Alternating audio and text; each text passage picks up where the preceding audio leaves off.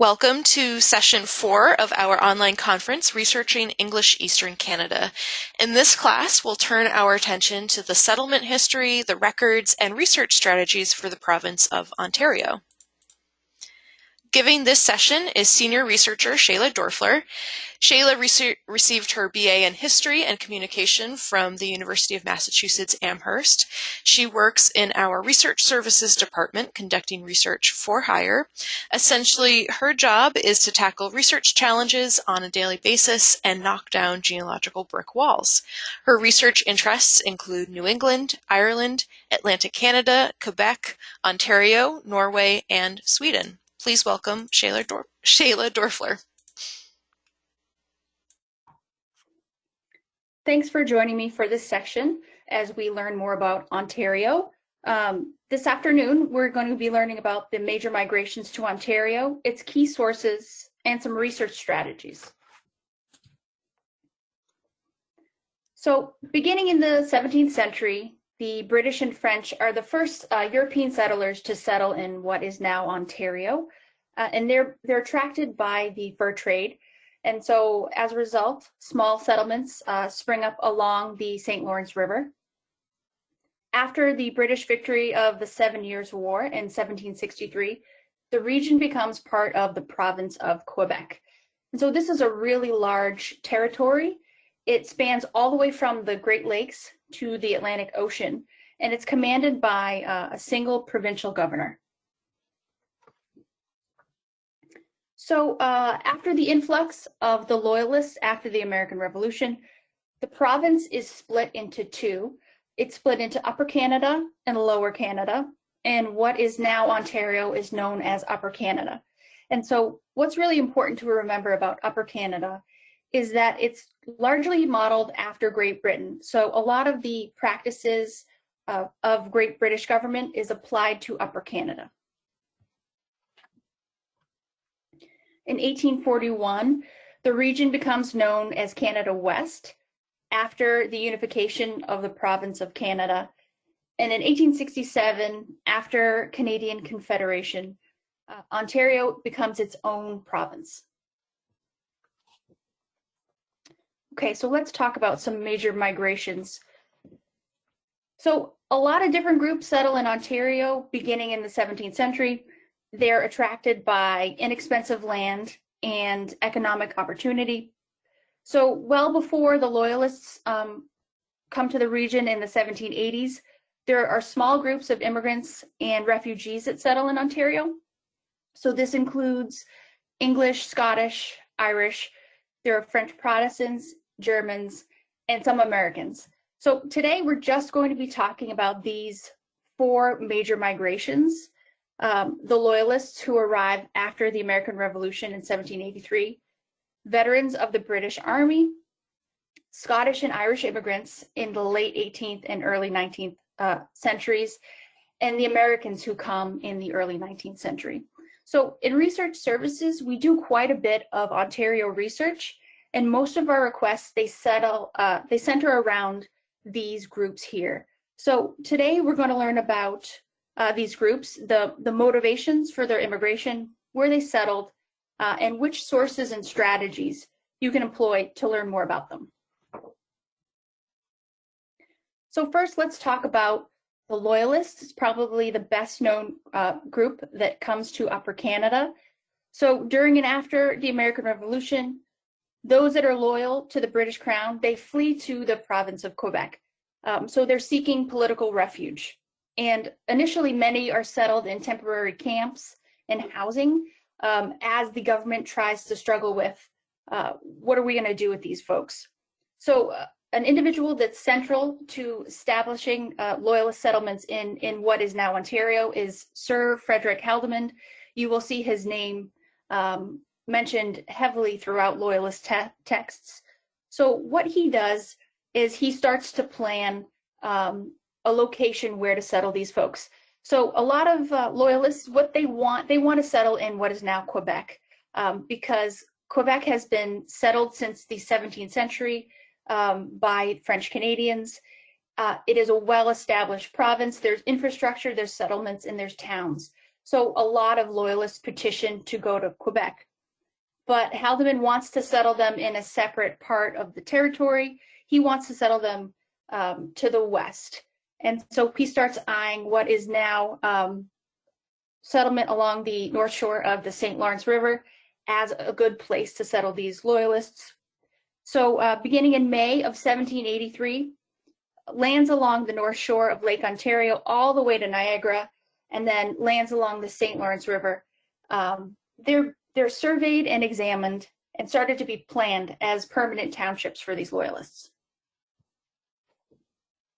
So in total, about 7,500 loyalists settle in what is now southern Ontario. Many of these loyalists arrive from New York, Pennsylvania, and New Jersey. However, this is important to remember that a large number of Ontario loyalists are coming from New York. And specifically, they're coming from the historic county of Tryon in New York. Again, there's close proximity between both places, and it's an easy place for New York loyalists to flee. So the bulk of these loyalists, they're settled, again, in what is now southern Ontario. And so they're settled primarily at Niagara, along the St. Lawrence River, at the Bay of Quinte, and Lake Ontario. And so along the north shore of the St. Lawrence River, the 9 royal townships and the 5 Cataraqui townships are surveyed and formed. And so another thing that's important to remember is these townships, they're almost exclusively settled by veterans of the British provincial troops. So for example, the 5 royal townships, they're granted to the 1st Battalion of the Royal Yorkers. So this is very common in the settling of the loyalists, is that many of the disbanded settlers, they are resettled with their regiments in what is now Ontario. So for example, the Butler's Rangers and Delancey's Brigade, they all resettle in Upper Canada to form new townships. So other groups are settled by nationality and religion. So the Royal Highland immigrants, so they're Scottish, they are resettled together. They're predominantly Catholics. So you'll see this throughout Loyalist settlement in Upper Canada. They're trying to settle like-minded and in similar groups together. So this is really, really important to remember. If you think that your ancestor was a member of the British provincial troops, be sure to understand who is settling around them. Learn more about the settlement of that particular township and learn more about their neighbors, because this information, it's really going to color the way you move forward with your research. So this is a really great map. It's from Brenda Merriman's Guide to Tracing Loyalist Ancestors. So if you look closely here, you can see the particular townships that are settled by each regiment. So if we look at the center of the map to the north of Lake Ontario, we can see the different regiments that are settling in the Cataraqui townships. So this is just a really great map, and it shows us how important it is to learn about the place in which your ancestor lived. So again, this is something that we're going to talk about throughout the session today. Learn about the community in which your ancestors settled. This is incredibly important in Canadian research because we're often working with a really limited amount of sources. So indirect result, the community becomes very, very important. Again, we're going to talk about this throughout the session today. So these loyalists receive land grants, which we'll be talking about in depth later in the session. So in addition to these land grants, loyalists receive compensation for their losses. So the Loyalist Claims Commission is established in the 1783.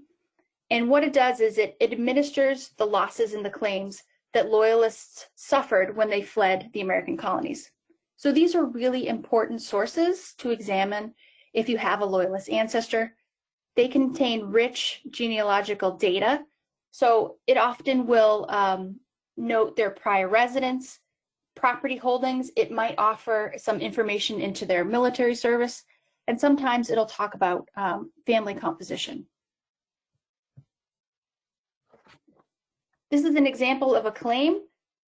This claim is put forth by Adam Chrysler of Schoharie in Albany County, New York. Some of you at home might recognize Adam Chrysler. He's a pretty well-known loyalist who maintained a journal during the American Revolution. So his petition is incredibly detailed. It offers the name of his father, details into his property holdings, and his military service.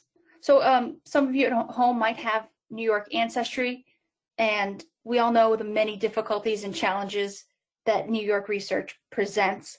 So, and that's true particularly of establishing parentage. So a document like this is really priceless. So again, if you have Loyalist ancestors, be sure to determine if your Loyalist ancestor put forth a claim. There are a couple of places where you can access these Loyalist claims. One of the best known Loyalist sources out there is Peter Coldham Wilson's American Loyalist Claims. That text is organized by state, and it provides an abstract for each claim. And then Ancestry has a database where you can pull the originals called the UK American Loyalist Claims. So again, make sure you check out this source if you have a Loyalist ancestor. So there are a lot of sources out there for Loyalist research. Many are geographically specific. So for instance, if you had an ancestor that settled at the Bay of Quinte, there are a lot of resources for that particular settlement. And that's also true of the American colonies as well. So there are a lot of state-based sources too. So if you have New York Loyalist ancestry, be sure to examine texts for New York Loyalists. So there's a lot out there. I'm just going to touch on a few sources that I find really, really helpful.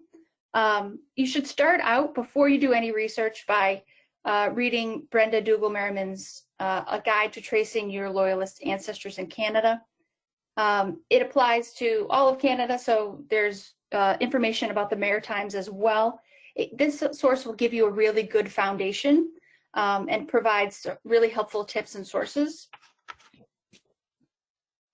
Some other sources that are really helpful, again, anything that Peter Coldham Wilson does is really wonderful. His publication, American Migrations, is another core source, as well as William D. Reed's The Loyalists in Ontario. Reed's source provides some information on spouses and children as well, so it's a really helpful source. And finally, some more core sources that you can use. The old United Empire Loyalists list, this is actually produced in the 19th century. But again, it's a classic source, but it's still really useful today. Okay, so let's talk about our next migration. So that's the veterans of the British Army. So after the War of 1812 and the Napoleonic Wars, after that war ended in 1815, there's an economic depression in Great Britain. And so recently discharged soldiers, they're unable to find employment, and this adds to the already large numbers of unemployed civilians. So at the same time, after the close of the War of 1812, the British government realized that they need to populate Upper Canada. So during the War of 1812, Upper Canada suffered losses in several American attacks. And so this was particularly true in 1813 when the capital of York, which is now Toronto, was burned. So that war, it really exposed a lot of the weaknesses of the settlement, and it made the British government realize that they need to populate this settlement. So beyond the loyalists that are settled along the border of the United States, Upper Canada, it's really sparsely populated. Because it's located so inland, it's much more expensive to travel and settle to that region. So that's why so many folks are streaming into the Maritimes. They're very easy to travel to and much less expensive, which leaves Upper Canada a very sparsely populated kind of wilderness. So the government realizes they need to place loyal citizens in Upper Canada. So the thought behind that is that they would act as another line of defense in case the Americans attacked again. So to solve both of these problems, which is the large population of soldiers and then the need for new settlers in Upper Canada, the government, they devised several planned migration schemes. And so what they want to do is they want to strategically populate places of Upper Canada.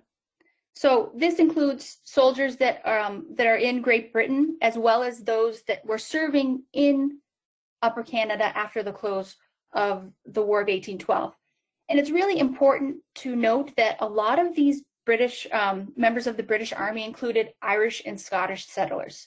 So we've done quite a bit of research in research services, tracing the origins of Irish and Scottish members of the British Army. So that's just something to keep in the back of your mind. So the government, they offer 100-acre land grants to each family, and this includes free travel to Upper Canada, as well as provisions and equipment. And so the government required that the settlers remain on that grant for 3 years.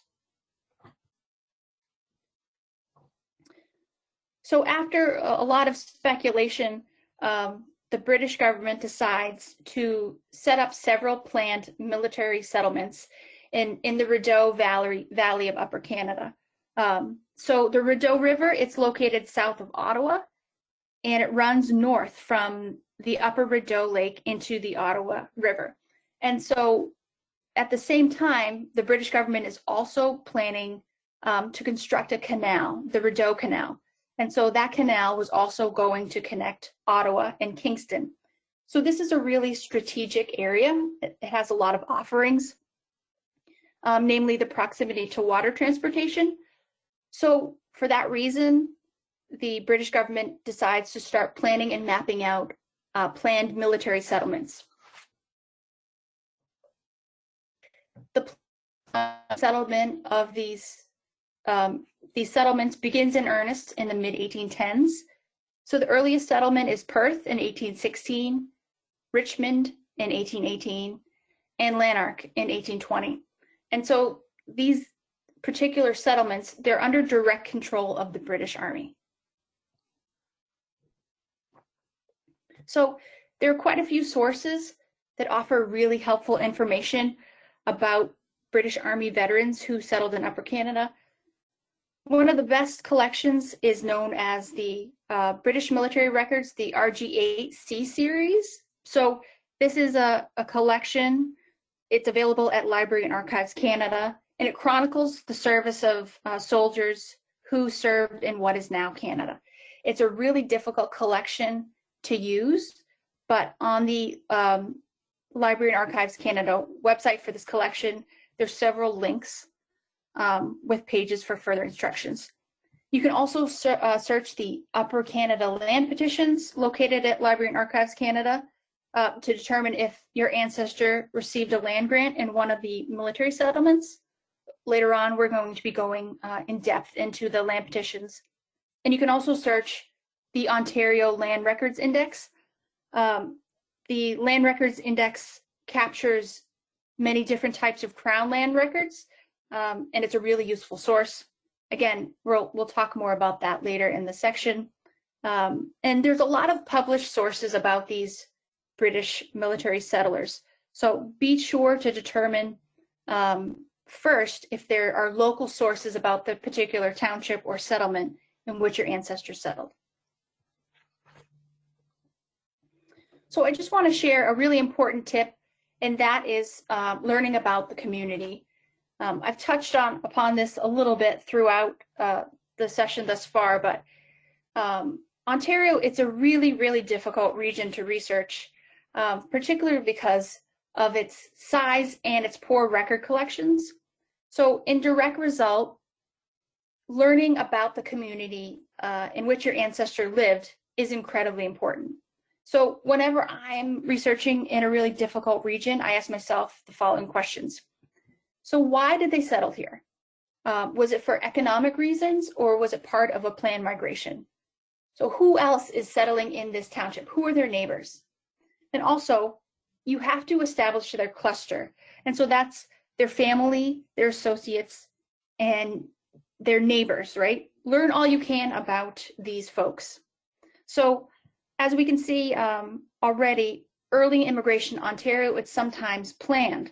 So learning about the community in which your ancestors settled, it's going to dictate your future research strategies, and it might offer really important information about their origins. So our next wave of immigrants is the Scots. They're another really important group to settle in early Ontario, and they're some of the earliest immigrants to Upper Canada. They begin to settle and come as loyalists in the 1780s, and they're one of the largest groups to settle in the 19th century. So, like former soldiers, the British government views the Scottish as hardworking and loyal subjects. And so they're seen as really great settlers of Upper Canada. So the British government plans several planned migrations of Scottish to Upper Canada. So one of the earliest and largest waves of Scottish immigrants to Upper Canada are known as the Glengarry settlers. So a few hundred families from the Glengarry estate in Inverness-shire, they immigrate to New York in the 1770s, and they settle in Johnstown, in what is now Fulton County, and in the Mohawk River Valley. And so in these two regions, they recreate close-knit communities. So basically, folks from the same village and same family resettle together in New York. At the outbreak of the American Revolution, they decide to join the British provincial troops, and a lot of them serve in the King's Royal Regiment. So interestingly, these Scottish settlers, they arrive in Upper Canada as loyalists, and they settle in Eastern Ontario, just adjacent to the border of Quebec, and today this is known as Glengarry County. So this is a great map of Upper Canada. It shows the major Scottish settlements throughout the province. So all the way to the east, we can see Glengarry, and then some other settlements spring up too. We see the Rideau Valley military settlements that I just spoke about. Later, these are populated with Scottish immigrants. So what happens with the Glengarry settlement, it triggers chain migration of Scottish Highlanders to Upper Canada. And at this time, there are several reasons for the exodus from the Highlands. Highlanders, they're faced with high rent and evictions, and this is known as the Highland clearances. So at that time, many landlords, they want to clear their land to make way for the introduction of sheep. This generates higher income than farming, than agriculture. So many landlords force their tenants off of their estates. At the same time, there's a lot of favorable news from family and friends out of Upper Canada back home.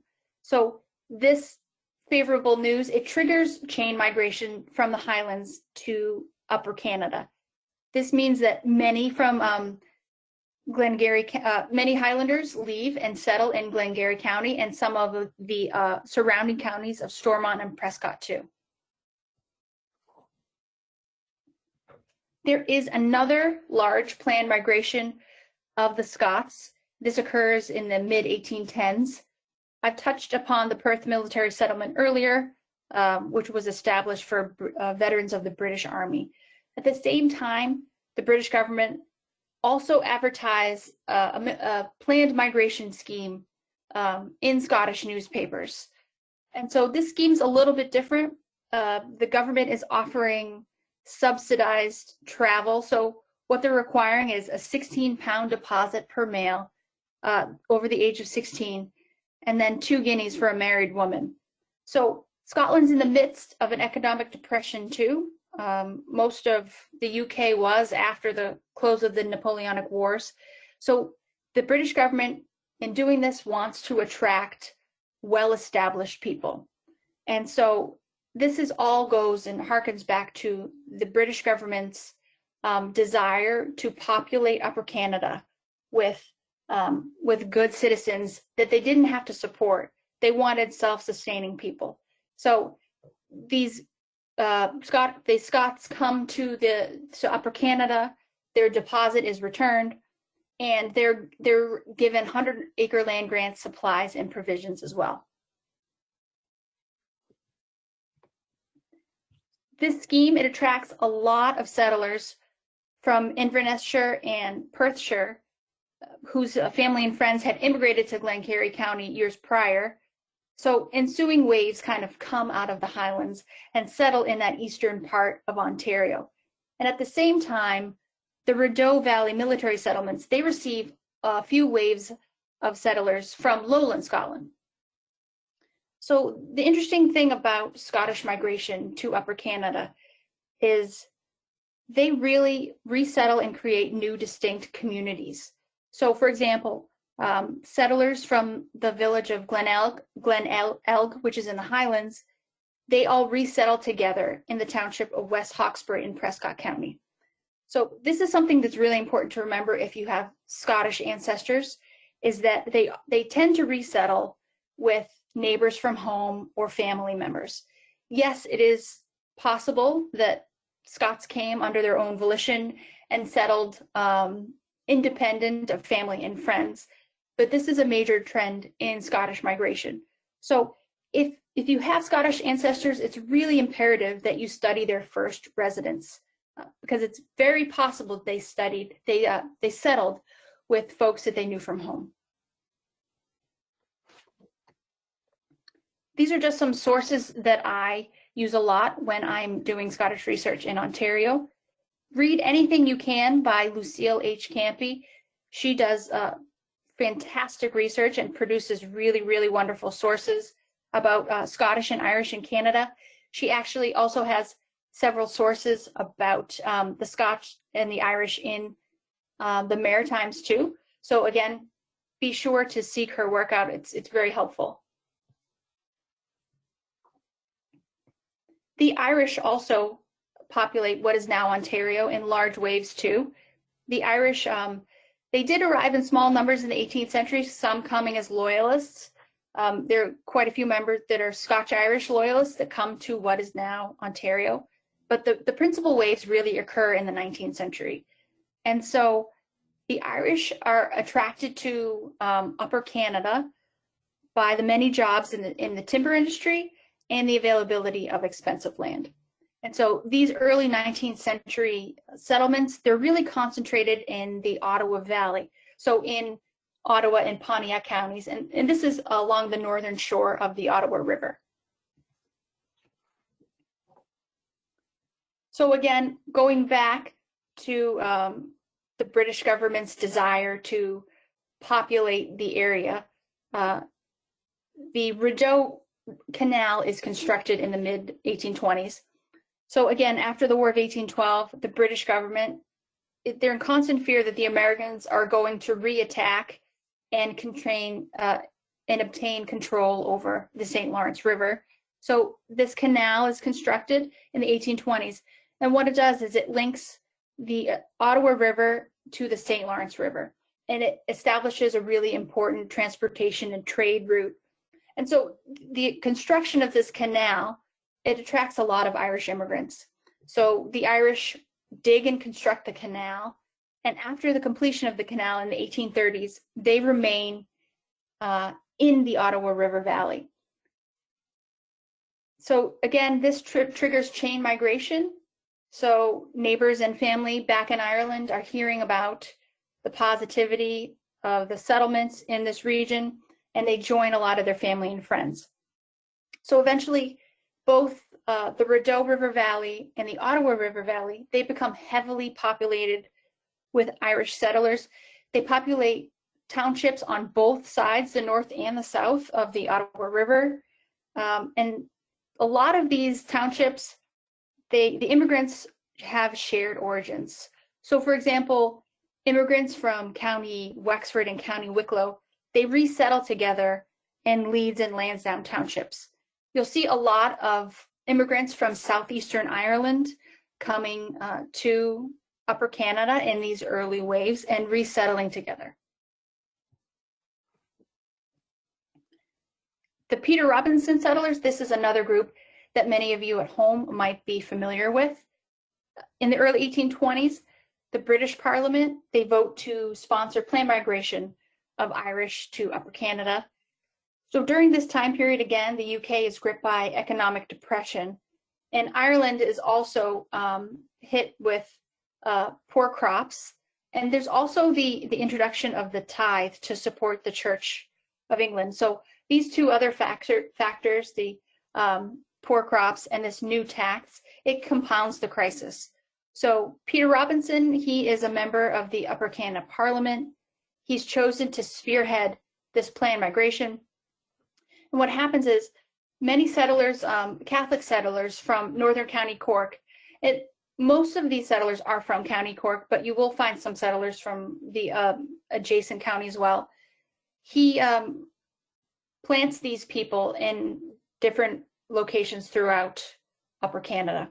So the first wave in 1823, it's about 500 settlers. They're settled in the Bathurst district.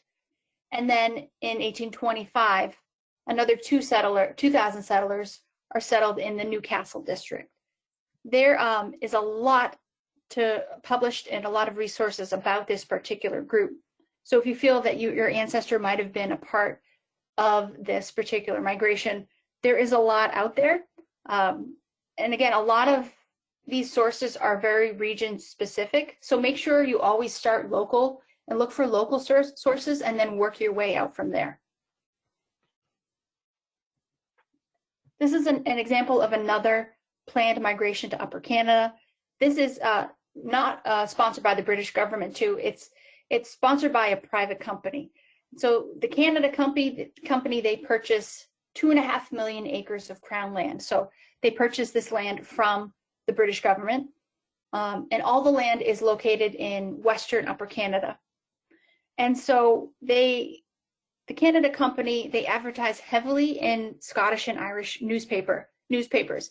And what they highlight is the affordable farm lots and new infrastructure created.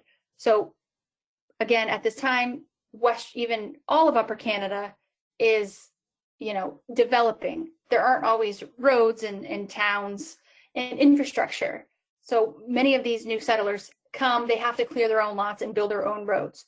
So the Canada company is trying to set themselves apart and are advertising infrastructure and farm lots to these settlers. One of the most interesting selling points of the Canada company is the promised facilitation of the remittance books. So remittance books allowed settlers to send funds back home to Ireland. And so this is a really interesting feature of this planned migration, is that the Canada company promised to facilitate sending these funds back home. These early remittance books, they revealed that a lot of these settlers to Western Ontario, they hailed from Northern Ireland. These remittance books are available for research. They're held at the Archives of Ontario, and then there's published indexes as well. So if your ancestors settled in Western Ontario in the 1820s, be sure to seek out this source. Again, there are a lot of really great sources that can help you learn more about your Irish ancestry in Ontario. These are some particularly excellent sources that I've used in the past. Bruce S. Elliott produces really great studies on Irish immigration to Ontario, so be sure to include any of his publications in your research.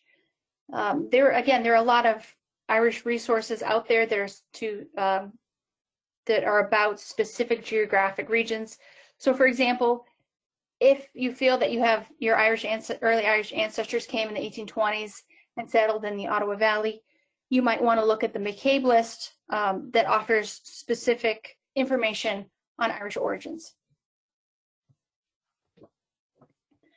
The last group that we're going to talk about are Americans.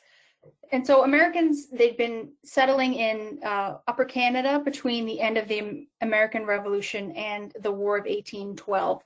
So New Englanders continue to push west and north out of New England, and many continued north and settled in Upper Canada.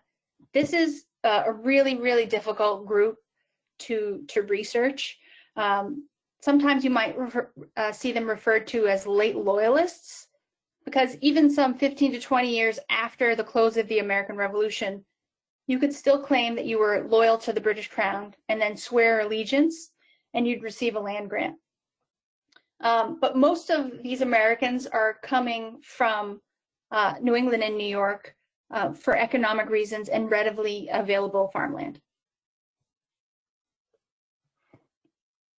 The region west of Kingston becomes highly populated with American settlers, while east of Kingston, all the way to the border of Quebec, is still a stronghold for loyalists and their descendants. The areas near Long Point and Lake Erie, which you can see pointed to on the map here, they become dominated by Americans in the early 19th century. So Americans bring Methodism to Upper Canada, and that quickly becomes one of the largest denominations in the early 19th century. This is something that you might have noticed if you have early American ancestry in Upper Canada, is that they might have become Methodists or brought Methodism to the region. But regardless, Methodism and being American are kind of seen as one and the same. Many of these Americans, they don't stay in Ontario for very long. A lot move to Michigan and Wisconsin. So it's not uncommon to examine the 1850 federal census of many Michigan settlers, and you might find that several of their children were born in Ontario. So this is a really popular migration route. It's very easy to move from Ontario to Michigan and all the way down to the Midwest. And again, this is a really, really difficult group to study because they're not part of a planned migration or an isolated migration like the Loyalists. A lot of our work in research services is to trace these Ontario settlers back through the Midwest and through New York and New England. For research strategies about this group, some Americans tended to populate Upper Canada in small groups, and they came with family or neighbors. So my advice to you is to study the cluster of your ancestors, so their family, their associates, and the neighbors, to see if you can find the prior residence of one of these folks, and then search for your ancestor there. Again, it's all about place-based research and cluster research in Ontario. Okay, so let's move on to some key sources. Civil registration, it begins in Ontario in 1869. So before this time period, birth, marriage, and death records are really sporadic. The registration of marriages begins in 1801 in some districts, but there are really large gaps. And this is, you really can't rely on these records because they're so sporadic. The Archives of Ontario, they have the best collection, but you can also find collections at Ancestry and Family Search too. There are also a lot of published collections of vital records for specific townships or districts or counties. At NEHCS, we have a really great collection of published vital records. So if you come back to the library, be sure to take a look at our catalog. So before we move along any further, I want to talk about the different divisions that you might encounter when you're researching in Ontario. So you'll see these divisions when you're examining vital land and probate records, and it's really imperative to understand the different shifting divisions in Ontario. So settlers pour into Ontario after the American Revolution, and the British government splits Ontario into 4 districts: Hesse, Nassau, Mecklenburg, and Lunenburg. Sometimes you'll see these places listed in land petitions. So you might say, the loyalists might say their name and that they're a resident of Mecklenburg district. Later, these districts are renamed Western, Home, Midland, and Eastern. 4 years later, in 1792, after the establishment of Upper Canada, counties are created. And so just to talk about the different divisions that you'll see in Ontario, a number of townships, they create a county, and in turn, a number of counties create a division. In 1849, the districts are abolished. And at that time, county governments take over administrative and judicial responsibilities. But before 1809, this can be a really, really confusing system because both the counties and the division and the districts, they coexist at the same time. So during this time period, this is important to remember, at court, probate, and marriage registers, and even some census records are recorded by district, while land records are recorded by county. So again, Ontario is a really complicated province to research, and it's really important that you understand these divisions and know as much as possible before you start looking at record collections, because you want to make sure that you're doing an accurate and exhaustive search. I highly recommend you taking a look at the Archives of Ontario website. They have a lot of really, really helpful research guides. This is one of them. They provide different tables and that provide information on the creation of the districts and the counties. So here's a screenshot of one of the tables. So here you can see it lists the county, its creation date, and then which district it was a part of. So again, if the county you're researching was formed from another county, always check records for that parent county. That's, you know, the same strategy we use in United States research. So the link here is where you can find more information about these different divisions and how to navigate them. It's a part of the Archives of Ontario's The Changing Shape of Ontario portion of their website. Make sure you book this site for future use. Whenever I'm in Ontario, I always find myself looking at these different tables to make sure that I'm looking in the right spot. Because again, Ontario is, I can't say this enough, a really complicated place to research. And you want to make sure that you're doing an exhaustive search for your ancestors. So the best bet is to be educated before you begin looking at different sources. Church records are another key source for pre-1869 research. They're available in several spots. Whenever I'm researching in Ontario, I always reach out to the local church or to the diocesan or church archives to learn more about the collection. You can't rely on filmed collections. Not everything has been filmed. A lot is still held at the local level. So make sure you reach out to those local places to make sure you're not missing anything. The Archives of Ontario has an extensive collection, and you can learn more about the link here. And of course, Family Search and Ancestry also have some Ontario church records too. Again, when you're searching in the Family Search catalog, always start with your local community and then work your way outwards. Remember, Ontario is a huge province, and early settlers, they didn't have the benefit of having a local church they could go to. Some had to travel some distance to go to a church. So be sure to check local towns and counties as well, because your ancestor may have gone quite a distance to have their child baptized or to be married. So to add more to the complication here, there's some marriage laws that you should be aware of when you're researching your 18th century Ontario ancestors. So again, as I said, when Upper Canada was established, it was created in the image of England. So this included the establishment of a state church, which is the Church of England or the Anglican Church. So with the passing of the Marriage Act in 1793, only Anglican ministers and Catholic priests could perform marriages after that time period. If you lived more than 18 miles away from an Anglican minister, a magistrate could perform the ceremony, but of course, many people are living in sparse settlements, and so that is definitely something that happened quite often. The passage of this Marriage Act, it triggers outrage from other Protestants in Upper Canada. And of course, we know that there are quite a few groups of Protestants, so Scottish Presbyterians and German Calvinists and Lutherans are also living in the area. They're outraged by this Marriage Act.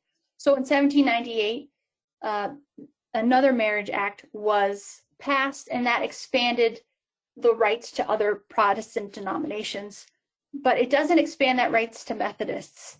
And part of that is the British government's fear of American settlement in Upper Canada and bringing that religion to the area.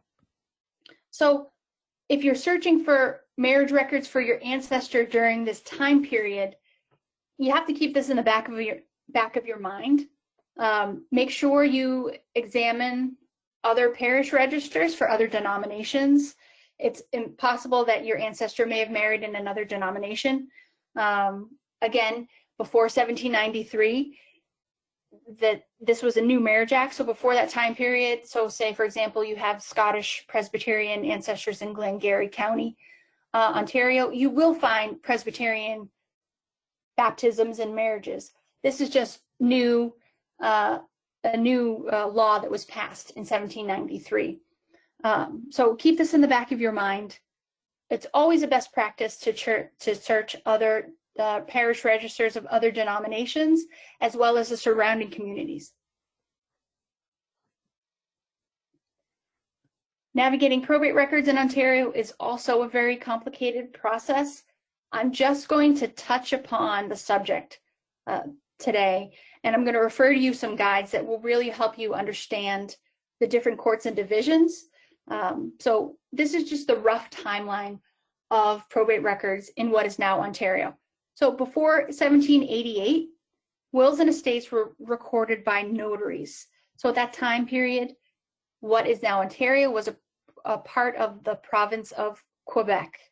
And so you will see notaries, particularly those based in the Detroit area, recording wills and estates for settlers. Between 1788 and 1792, all probates are administered by the District Prerogative Court. And then the longest time period, from 1793 to 1858, two different courts administer probate. So the Court of Probate administered estates throughout the province. It is not dedicated to a specific geographic area. And so if your ancestor had an estate that was valued at more than £5 and they owned property in more than one district, then their probate proceedings would be administered by the Court of Probate. The District Surrogate Court handled ancestors' property that was located in one district. And the District Surrogate Court, many of you at home, this is the court that you might be familiar with, and this is the court that's more likely to administer our ancestors' estates. So from 1859 until today, the County District Surrogate Court administers all probate. So it's recorded at the county level. And so you should also check the Land Registry Office too. We're going to talk about that very shortly, just to see if your ancestors' property was distributed via deed. It's very possible you search all these different collections and you don't find a will for your ancestor.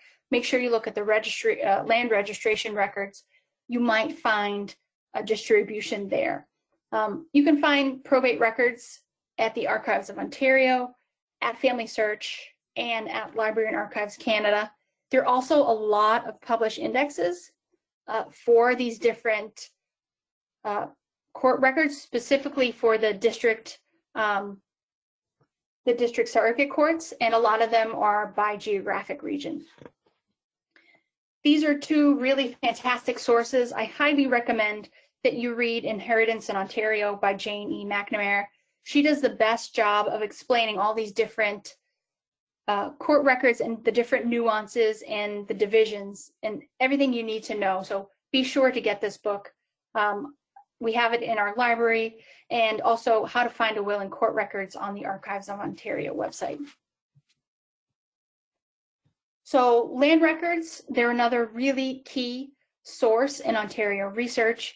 There are two types of land records in Ontario. So there's Crown land, which was owned by the British Crown, and you'll generally see land grants, patents, military fiats. That is Crown land. Land registration records are post 1793.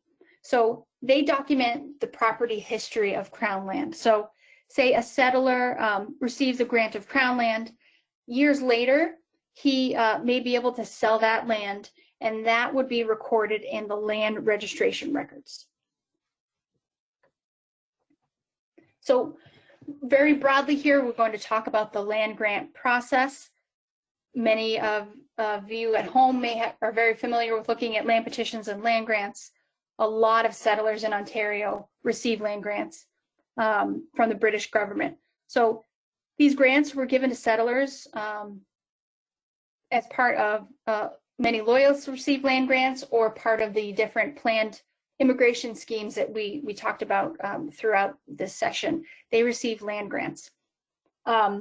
So specifically here, I'm going to talk about the land grant process for loyalists, because many of you at home probably have loyalist ancestry. And so what happens is to prove their eligibility, the applicant submits supporting documentation to the Land Executive Council. So for example, they give documents supporting their identity or their age.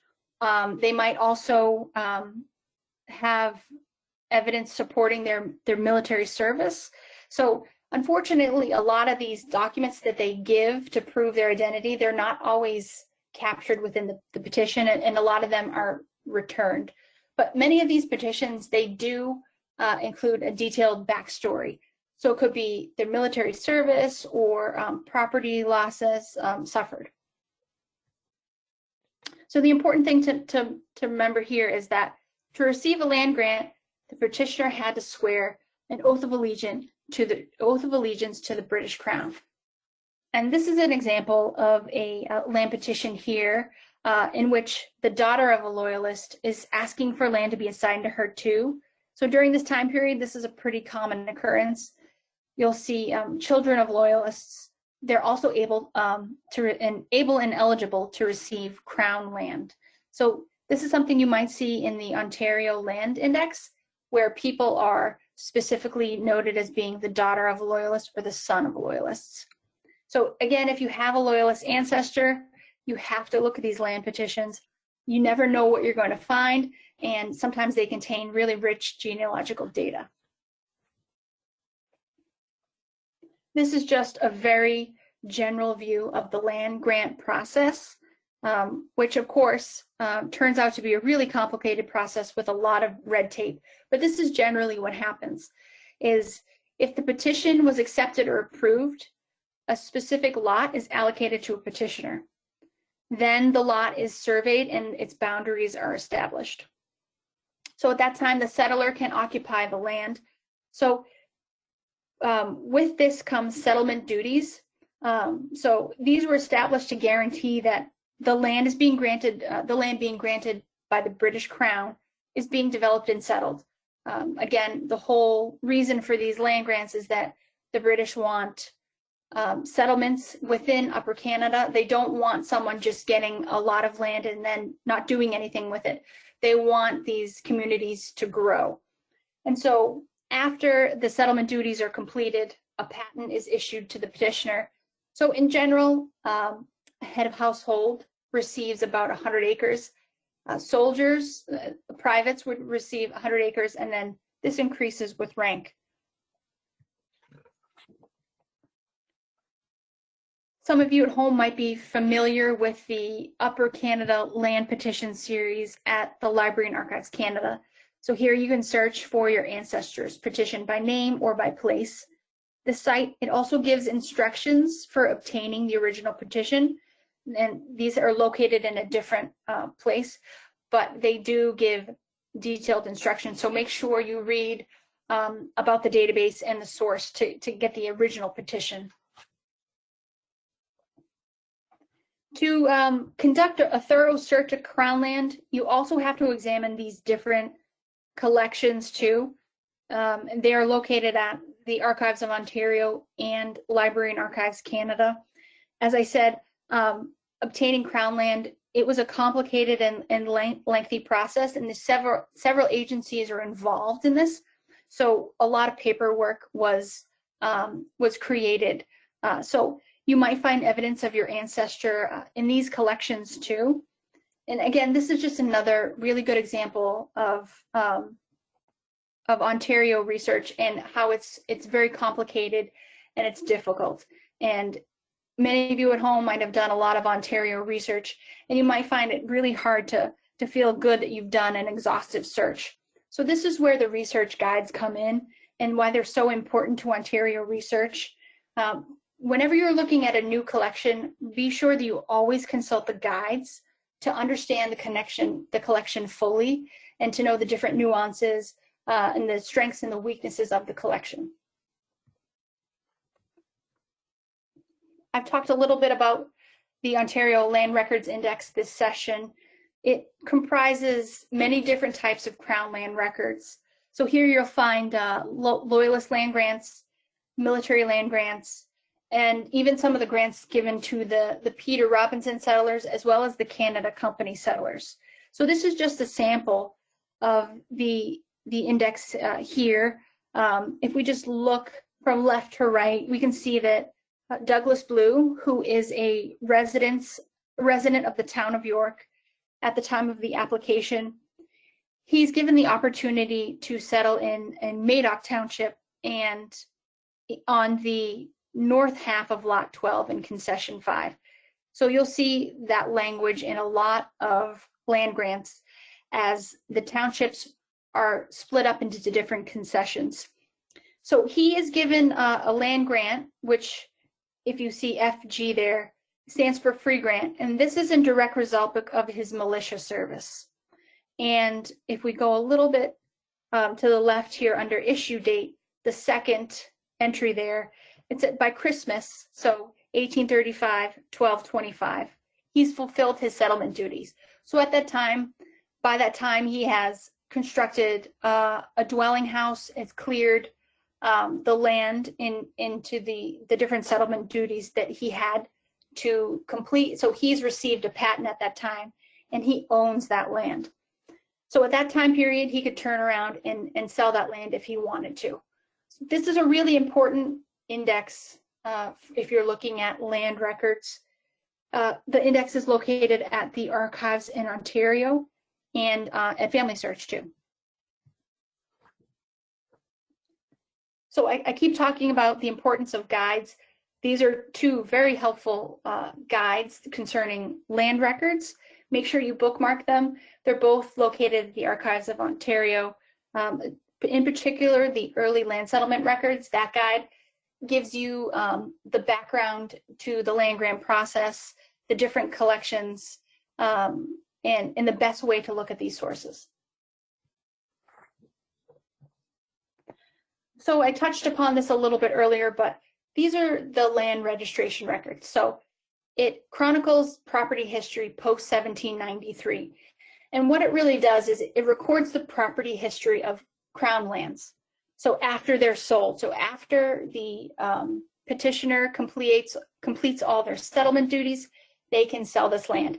And this would be recorded in the land registration records.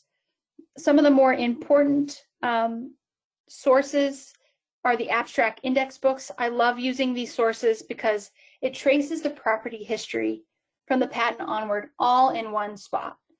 You can also access land registration records at the Ontario Land Registry Access and at Family Search. This is just a snapshot of an abstract index books.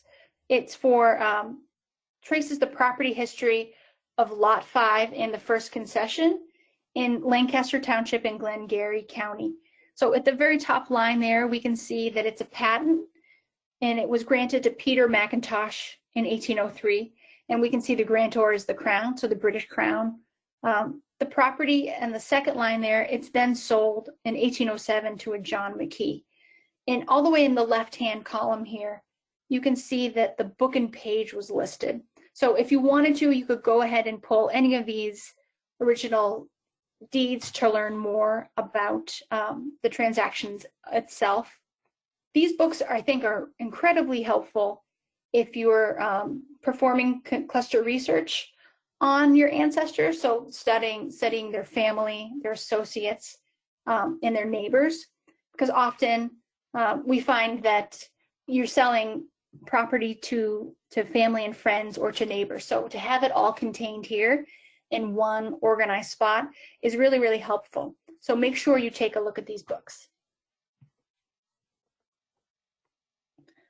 So just a few research strategies when you're doing Ontario research. Again, this is something that I've talked about throughout the session, and I can't stress enough the importance of studying the first residence of your ancestor. Generally, folks aren't leaving home and settling in new places where they don't know people. This does happen. People are attracted to work in Canada and to economic opportunities, but a lot of people leave home and settle with people that they know, and they recreate new communities in Upper Canada. So you have to ask yourself these questions. Was there a planned migration to this particular spot? Is there a motivation for the migration? Is it economic? Is there another reason for these people settling in this spot? And did they follow others? So in Canada, throughout the province, you always have to start local. Start local and exhaust all sources for that local community. And you also have to establish your ancestors' cluster. So that's their family, their associates, and their neighbors. Identify all these folks and learn everything you can about them. Learning more about these people might provide really important information about previous residents or even origins in another country. And stay organized. Ontario, again, is a really complicated place to research, and it's really important to stay organized. Keep track of all the sources that you've looked at. Keep track of all the people that you've looked at. That way, if you put your research down and pick it up at a later date, you'll have everything in one spot. These are two really great guides that I have used in the past. Brenda Dougal-Merriman does really great guides and how-tos on genealogy in Ontario. This is her best guide. It covers everything, every record type that you can think of. She does a great job of explaining the records and the different challenges with each collection. And Ryan Taylor's important genealogical collections in Ontario libraries and archives. This will give you a listing of different manuscripts that might be available to you. Again, don't forget about special collections and archives. Sometimes you can find really, really helpful sources that provide a lot of important information. So finally, just talking about some major repositories. Of course, the Archives of Ontario holds the greatest collection of Ontario resources.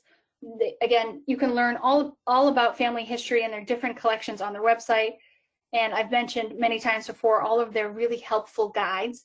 They seem to have a guide on pretty much everything. So head over to their website and learn more. They do have a reference service where you can reach out to librarians and ask questions about different collections. They're very, very helpful up there. If you have a question, make sure you reach out and again, bookmark this site. Library and Archives Canada is the website the archives for all of the province of Canada, but they do hold a lot of really important collections for what is now Ontario. The archivists and the librarians there are also very helpful. There's a lot of important information contained on this website. They do a great job of explaining the records that they have available, and the limitations and the background for these records and how to access and use them. So make sure you take a look at their website too. The Ontario Genealogical Society is another really fantastic group of folks. They produce a lot of published resources for Ontario. That is, they publish a lot of church records, probate indexes, histories about different communities. They have a really helpful published journal called Families that we have in the NHGS library. They also do a lot of online education, so you'll find different webinars and how-tos. This is a great society to support if you have Ontario ancestors. I highly recommend getting membership and poking around on their website.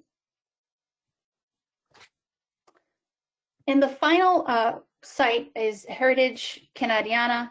This is it's a 10-year initiative to digitize some of Canada's most popular collections. So again, this website, it serves all of Canada. For example, the papers of Sir Frederick Haldimand, they've been digitized and are available here. This is a really great site. I can't say enough about it. And in my opinion, it doesn't get enough attention from genealogists. Again, there's a lot of manuscript material on here for Ontario. So if you find that you've struck out with all of the big sources, you know, vital, land, probate, and church, and you can't find anything more about your ancestor, make sure you check out this website to see what collections they might have for your region. Thanks so much for joining me for this section. I really hope that these sources and strategies will help you in your Ontario research. Remember, start local, learn everything you can about your ancestors' community, and work your way out from there. So for more information, please visit americanancestors.org/education. Thanks so much.